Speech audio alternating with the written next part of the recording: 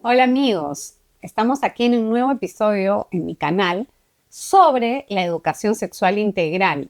En un episodio anterior, que se los dejo aquí arriba, estuvimos viendo cómo el proyecto de ley 7579, que fue presentado por la congresista Milagros Aguayo, había encendido el debate, ¿no?, entre las feministas radicales y los más conservadores, que ven en la educación sexual integral una educación que no es científica y que no es adecuada para sus niños. Este proyecto de ley 7579 tiene como su principal objetivo permitir que los padres de familia, basándose en su libertad de conciencia sobre todo, puedan exonerar a sus niños, a sus hijos, de clases de educación sexual integral. En este episodio hemos conseguido, bueno, es público, ¿no?, el audio de una mesa de trabajo que organizó la congresista Ruth Luque el 18 de septiembre. Esta mesa de trabajo se tituló Derechos sin retrocesos y congregó a una serie de, ellos mismos dicen, activistas que promueven más bien la educación sexual integral y que muchas de ellas están agrupadas en esta alianza de la cual también ya hemos hablado, la alianza Sí Podemos, que son ONGs que buscan que la educación sexual integral sea obligatoria para todos los niños del Perú. Es interesante poder revisar este audio, ¿no?, paso a paso. Es un audio de 2 horas. En este programa vamos a revisar solo la primera parte, donde una abogada llamada Victoria Solís hace su participación y da los argumentos por los cuales la educación sexual integral debe ser obligatoria.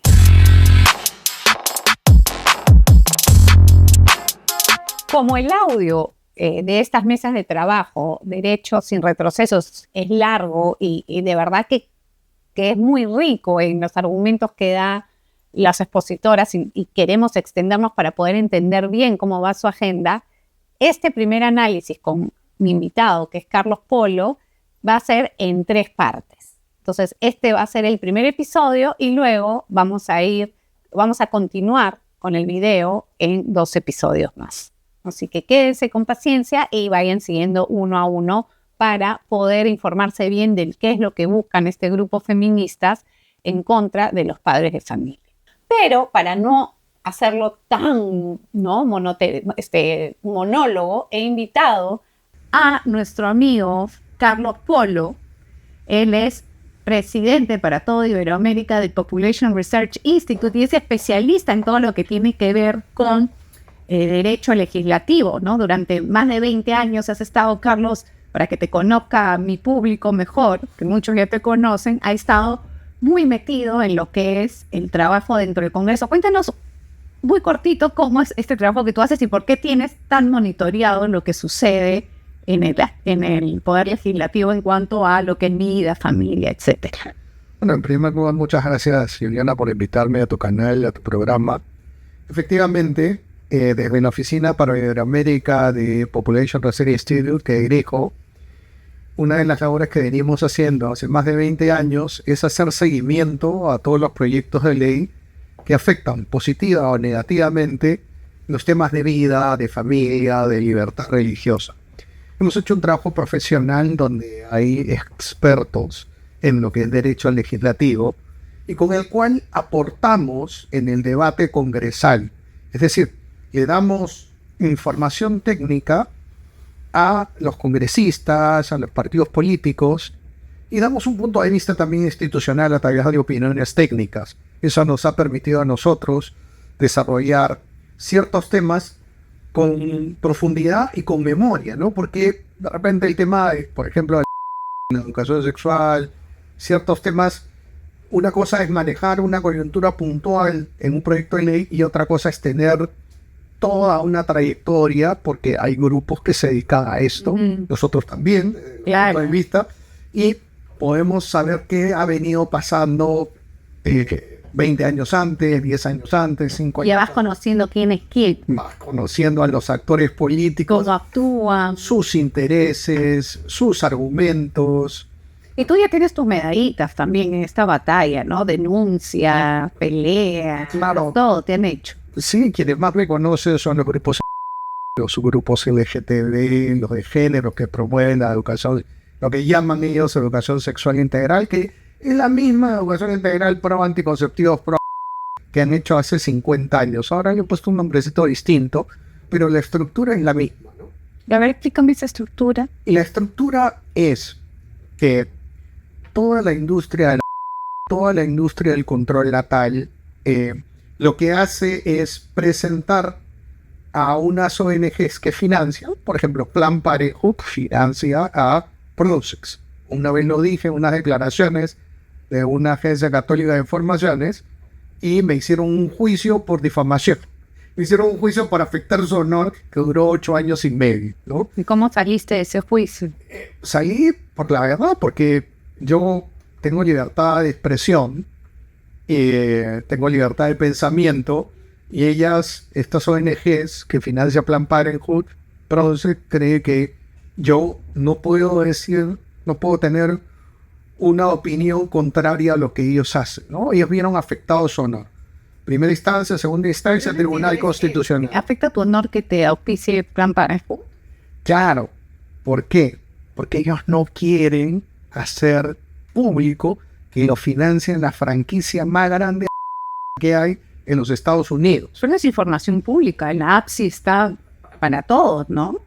Está disponible para todos, pero la opinión pública, la mayoría de gente no lo sabe y ellos tratan de ocultarlo. Entonces, no lo ponen, digamos, en primer renglón de eso. Claro, ellos no van a decir, me financia la principal franquicia pro que hay en Estados Unidos, ¿no? Y más grande en el mundo. No van a decir eso, porque justamente quieren esconder eso. Cuando alguien como yo lo dice, arman un relato político donde están afectando su honor. Pero no es así. Lo que me preguntaba ¿es una estructura? Sí, porque este poder económico alrededor de financia ONGs, financia a estos activistas para que tengan un discurso. Claro, y eso ya lo hemos visto aquí, amigos. O sea, ustedes saben que todo lo que es la agenda de género y todo lo que tiene a su alrededor viene más bien empujada por ONGs, ¿no? Y no porque es anticonstitucional. Pero Carlos, vamos al audio ahora porque me parece... Vamos al audio. ¿Por qué te he invitado? Porque vamos a ir escuchando parte por parte del audio, como le digo, vamos a escuchar contigo la participación de esta abogada, Victoria Solís, que se presenta como abogada y consultora parte de la elaboración de este informe que han hecho, que se llama Derechos sin Retrocesos. Voy a poner un poquito en contexto para los que recién se enganchan en este tema. La Alianza Sí Podemos es una alianza de ONG peruana que durante muchos años vienen trabajando para que la educación sexual integral sea obligatoria. Entonces la congresista Ruth Luque hace esta mesa de trabajo para presentar un informe que han preparado este grupo que se llama Derechos sin Retrocesos, y hay un punto importante: no lo graba en video, solo en audio. Entonces nosotros hemos accedido al audio. Vamos a entrar ya de frente a escucharlo y vamos a ir cortando y vamos a ir comentando. A ver. Perfecto. Bien, hemos elaborado efectivamente un informe jurídico legal. Ustedes van a ver las diapositivas proyectadas en la pantalla. Me gustaría iniciar con la diapositiva 3, por favor. Si la podemos proyectar. Bien, hablemos muy rápidamente del recorrido legislativo que ha tenido este proyecto de ley para luego ya centrarnos en materia, en su análisis de fondo. Primero que hablamos de un proyecto de ley que ha sido, digamos, tramitado de manera express. Fue presentado el 15 de abril del año 2024 y en menos de 2 meses, el 12 de junio de 2024, ya contaba con un dictamen favorable en mayoría en la Comisión de la Mujer y Familia del Congreso. Hay que señalar que en el debate que hemos analizado no se encontraron, digamos, convocatoria de opiniones expertas de instituciones en materia de derechos de infancia. Tampoco se convocó a colectivos de adolescentes que pudieran dar su opinión sobre el proyecto de ley, ¿no? Digamos, va en la corriente de los proyectos de ley con esta perspectiva adultocéntrica que toma decisiones sin tomar en cuenta las voces y los impactos que puede haber en los derechos de los niños, niñas y adolescentes. Me voy a quedar ahí. A ver, ¿Express es Express? No, o sea, lo que está tratando de decir es que se ha hecho más rápido que el promedio, pero lo que debió decir es si esto estaba dentro de los plazos reglamentarios, y obviamente está dentro de los plazos reglamentarios. De hecho, un proyecto de ley que entra por mesa de partes al Congreso es asignado a una comisión y la comisión establece un orden de prioridad de las discusiones en debate y con acuerdos de los miembros de las comisiones. Ella no está diciendo que una protesta, porque no la puede ver si está dentro del procedimiento reglamentario. Claro, parece que está tratando de decir que lo están haciendo algo malo. Claro, ella lo que está diciendo es, no me gusta que haya salido tan rápido. Claro, y luego viene una segunda parte que me parece súper interesante, que dice que no se convocan asociaciones de adolescentes que deberían dar su opinión porque es un proyecto de ley más que va dentro de esta perspectiva adultocentrista. Traducción. Por favor.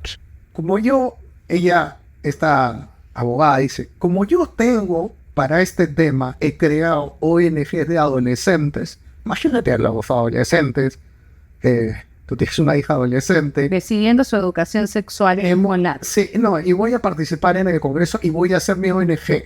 Claro. ¿No? Entonces, no, el que pasa es que desde el lobby que ellos hacen para este tipo de temas, crean ONGs, ¿no? Uno se mete a estas ONGs, todos tienen su pollito impreso, sus afiches. Te das cuenta que es algo armado para darle tribuna a ciertos chicos que congregan, que convocan para esto, pero es algo prefabricado. Y tú sabes que esto del adultocentrismo es un concepto que lanzó, yo lo vi por primera vez en una especie de brochure de la UNICEF hace tiempo, ¿no? Que es esta perspectiva que dice que los adultos es este típico conflicto, ¿no? Del oprimido con el opresor. El opresor es el adulto que oprime al adolescente y al niño desde su posición de privilegio, porque tiene el dinero, tiene el poder sobre el niño, entonces lo chanca, su opinión no importa. Entonces lo que están diciendo aquí es que, claro, los padres de familia no deberían opinar de la educación sexual de sus hijos porque estarían siendo adultocéntricos. Y esto es, una vez más, un discurso, una narrativa recurrente en todo lo que es la agenda de género, que es sacar a los padres de familia de la educación de sus niños. Sí, te digo algo más al respecto, Juliana. Esto es wokismo, ¿no? Esta es la cultura woke, ¿no? Claro. La cultura woke o el wokismo es una ideología que hace de los pequeños relatos conflictuales todo un análisis de lo que va pasando en la sociedad. Te explico, ¿no? Lo que decías, ¿no? Mujeres contra hombres. Y entonces, claro, los hombres oprimen a las mujeres, ricos contra pobres, blancos contra negros, ¿no? Los blancos oprimen a los negros, afrodescendientes y no sé qué. Aquí, desde la ideología de UNICEF, mira, yo desde que estaba en el colegio, que fue hace mucho, UNICEF, los derechos de los niños. Y entonces, claro, en esa época, yo en el colegio, siendo adolescente, derecho de los niños. No, cero obligación de los niños, puro derecho. Claro. ¿No? Entonces, cuando ellos dicen que el mundo se ha construido desde un adultocentrismo, que solo se ha construido fijándose desde las perspectivas del adulto en contra de los niños, ¿no? De los oprimidos niños, ¿no? Entonces, es una forma woke de ver el mundo en una especie de opresores oprimidos, donde no hay puntos intermedios, pero no es realidad. La realidad es muy distinta. La realidad es la familia, ¿no? De papá y una mamá que se rompen el alma para que el hijo estudie. Y de verdad la agenda de género busca debilitar la patria potestad. Todas las normas y leyes que tienen que ver con el género, de alguna manera, todas siempre tienen un ataque a la patria potestad. Pero sigamos escuchando, a ver. Estamos hablando de un proyecto que se presenta en un contexto determinado, no es un proyecto de ley neutro, ¿no? Se presenta en un contexto en el que a nivel nacional sabemos que estamos atravesando una grave crisis democrática y de derechos humanos, y además a nivel de la agenda parlamentaria, algo que se está identificando es una arremetida de proyectos de ley contra los derechos humanos de las mujeres, la igualdad de género y muy especialmente los derechos sexuales y reproductivos, ¿no? Recordemos ese proyecto de ley sobre derechos del concebido que luego se aprueba y se promulga y que lamentablemente ya es ley en nuestro país. Porque es lamentable que la ley del concebido es una desgracia para Victoria Solís. Es lamentable porque, Victoria. claro, es lamentable para ella. Claro. Ella quisiera que el concebido no tenga derechos, que no se respete su derecho a la vida. Fíjate que o sea, si uno traduce, y no es tan fácil, no es chino mandarín, es simplemente entender que su agenda es una agenda a favor del legal. Es entender de que ellos quieren una educación sexual, como le llaman, integral y todo, que sea proclive, tendiente, favorable a la anticoncepción, el sexo sin matrimonio, el sexo sin referencias. Y entonces, claro, te hacen toda una lectura, hay una crisis. Una crisis de derechos humanos arremetida. Hay una arremetida del sector conservador en contra de los derechos sexuales y reproductivos. Entonces, es un relato político, ¿no? Ellos construyen un relato político y todo relato político tiene héroes, tiene villanos, hay una misión, hay gente que ayuda a los héroes, hay gente que ayuda a los villanos. En este relato político que ellas hacen, entonces, los héroes son ellos, esos activistas por la educación sexual integral, y los villanos son los que hacen el proyecto de ley para el concebido. Esos son los villanos. Y aparte que es un proyecto de ley que redunda de alguna manera en algo que es constitucional.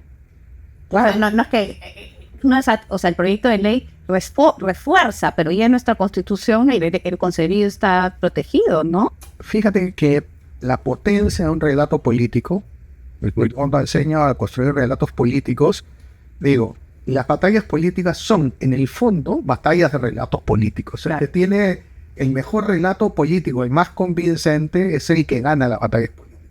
Entonces, ellas hacen una mesa de trabajo con ellas solas, ¿no? Es sospechoso que no haya video. Y se quejan, ¿no? Porque dicen, sí, solamente hay una parte. Yo quiero ver en esta mesa, mientras vayamos escuchando en los próximos programas, si es que hay otras partes. Porque me tinca que solamente son ellas las que están hablando ahí. Mira, diversas tampoco. De la experiencia que yo tengo de estas mesas de trabajo organizadas por Ruth Blue, que Susay Paré, Flor Pablo, es que va poca gente, ¿no? No quiero decir 4 gatos. 4 gatos y gatas tendría que decir. Gates. Va poca gente y es sospechoso que no haya video. ¿Por qué? Porque son pocos. Pues. Son pocos y se puede ver una serie de detalles que de repente ellos no quieren mostrar, porque toda la gente, todos los demás congresistas que hacen ese trabajo se esfuerzan en mostrar una imagen, ¿no?, de la aceptación que tienen frente a un público. Entonces todos los demás que hacen ese trabajo publican en sus redes sociales el video, no solamente el audio. Esto es bien raro. Bueno, sigamos escuchando. Por eso estamos acá, para ver todos los detalles que los que no estamos tan metidos no sabemos ver. Bien, ¿qué es lo que plantea jurídicos este proyecto de ley? Este proyecto de ley lo que está planteando es que el Estado peruano reconozca a través de una norma de rango legal un supuesto derecho de padres y madres de familia a exonerar a sus hijos e hijas de clases de educación sexual integral, dice el proyecto de ley, y por motivos religiosos, ¿no? En términos concretos, ¿esto cómo se traduciría? Que, por ejemplo, padre o madre de familia en el Perú, influenciado por ideas de, por ejemplo, colectivos con Mis Hijos No Te Metas, decidiera que sus hijos no llevaran clases de educación sexual integral, apelando supuestamente a su derecho a la libertad religiosa, libertad de conciencia, ¿no? Este proyecto de ley permitiría que eso sucediera en nuestro país. ¿Cuál es el problema? O sea, una persona que pertenece a Con Mis Hijos No Te Metas no puede decidir sobre la educación de sus hijos. O sea, su preocupación es una persona influenciada por Con Mis Hijos No Te Metas podría decidir sobre su hijo. ¿Qué nos quiere decir ahí? Quiere decir algo que va de la mano con lo que decía el relato. Todas las personas que estén en contra de lo que ella cree pertenecen al colectivo Con Mis Hijos No Te Metas, porque es en la forma woke, reduccionista, de ver dos bandos en conflicto donde no existen otras posiciones. O sea, uno que no es parte del colectivo contra Comisión de Metas no podría protestar, porque ya el prejuicio, ya soy parte de ellos, y ellos son, digamos, los villanos de esta película. Los héroes son los que defienden la educación sexual integral, porque esa educación sexual integral, con todos sus contenidos, son dogmáticos. Ellos creen que eso y no otra cosa. No, que se Pero lo que no entiendo, volviendo con mis hijos no te metas, no es que quiera defender o no, y lo de con mis hijos no te metas no pueden decidir sobre la educación de sus hijos. O sea, ellos no pueden. No puede ni ellos ni nadie que piense en contra de lo que esta abogada y este colectivo piensa. Siracusa. Este proyecto, como dice su fraseo, digamos, un supuesto conflicto de derechos que ya vamos a explicar por qué es aparente, no es real, entre, por un lado, los derechos de los padres y madres de familia, a quienes se les busca garantizar su derecho a, dice el fraseo de la ley, del proyecto de ley, a decidir sobre las clases de educación sexual integral que reciban sus hijos, ¿no? En principio, acá hay un defecto legal que queremos primero señalar, y es que en nuestra Constitución, en los tratados internacionales de derechos humanos, en la jurisprudencia, no hay ningún derecho que reconozca a los padres, madres o tutores de los menores de edad sobre la educación sexual integral. No hay ningún derecho. No te rías. Es gracioso escuchar esto. O sea, lo que está diciendo vamos a ver, dice que no existe en la Constitución Política del Perú ningún tratado internacional ni ningún lado un derecho que diga que los padres pueden decidir sobre la educación sexual de sus hijos. Ni peor, ni la educación sexual integral. O sea, y lo que está diciendo, fuera de bromas, esta abogada, es que como no existe literalmente la frase que ella ha escogido arbitrariamente, entonces este proyecto de ley está mal. Pero vamos a explicarle al público el atrevimiento que tiene esta abogada, ¿no? Porque es más ideología que realidad. Lo que existe en la Constitución peruana es el derecho de los padres de familia a que sus hijos sean educados según sus creencias y sus principios. Está en el artículo 13 de la Constitución. Y lo que existe en los diversos tratados internacionales es que los padres de familia puedan elegir el tipo de educación que vaya de acuerdo a sus principios. Y ellos son los principales educadores de sus hijos.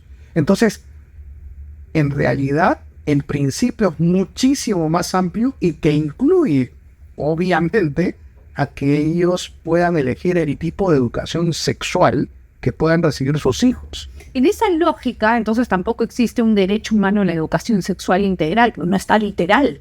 Así es. Pero eso sí, ellos dicen que existe. No, ahí sí hacen la interpretación que el derecho a la educación sexual integral, aunque no esté mencionado literalmente desde los principios más amplios, entonces sí. Y usan los tratados internacionales y las sentencias, ahí sí vale. Pero todo lo demás no. Y citan los tratados internacionales en cuanto hablan de educación. Y entonces, claro, la reinterpretación ideológica que hacen estos grupos es, en este caso, restrictiva. Como no lo dice igualito a lo que yo estoy diciendo, a lo que dice el texto del proyecto de ley, pero obviamente, acá está la explicación para el público que nos está escuchando, ¿no? Si los padres tienen derecho a ser los primeros educadores de sus hijos en toda la educación, sobre todo en temas morales, como es la sexualidad, si tienen derecho a escoger el tipo de educación que sea de acorde a sus principios y creencias, por supuesto que tienen derecho a intervenir sobre los contenidos de sexualidad que sus hijos están recibiendo en el colegio, con la posibilidad de que si no están de acuerdo a lo que ellos creen, puedan exonerarlos de esos cursos. Y solamente para poner temas más precisos, artículo 26 de la Declaración Universal de los Derechos Humanos, los padres tendrán derecho preferente a escoger el tipo de educación que habrá de darse a sus hijos. Artículo 13 del Pacto Internacional de Derechos Económicos, Sociales y Culturales, los Estados partes en el presente pacto se comprometen a respetar la libertad de los padres y, en su caso, de los tutores legales, de hacer que sus hijos o pupilos reciban la educación religiosa o moral que esté de acuerdo con sus propias convicciones. Artículo 12 de la Convención Americana sobre los Derechos Humanos, en la misma línea, Constitución peruana, artículos 6 y 13. Por si acaso. Mira, lo más triste, lo lamentable de escuchar este tipo de mesas de trabajo donde usan los recursos del Estado para decir estas cosas, es que cuando ellos quieren justificar en otros proyectos de ley su educación sexual integral, entre comillas, citan los mismos artículos que acaba de leer, Pero a su favor. pero a su favor. Y ahora que la congresista Milagros Aguayo presenta un proyecto de ley para que haya más libertad, ¿no? Y libertad de ejercer el derecho en el sentido de que, oye, si no estoy de acuerdo, puedo exonerar a mis hijos. Ahí no. Ahí sí hay que ver que diga exactamente la interpretación de esta abogada Victoria, que es absolutamente arbitraria y antojadiza. Bueno, Carlos, aquí llegamos al final del primer episodio. Los invitamos a que sigan este análisis para seguir escuchando lo que pasó en esta mesa de trabajos en la exposición de la abogada Victoria Solís. Ya saben, si les ha gustado lo que hemos visto aquí, no se olviden de suscribirse a mi canal, poner dedito arriba y compartirlo. Sigan porque en pocos días vamos a publicar el siguiente episodio de este análisis.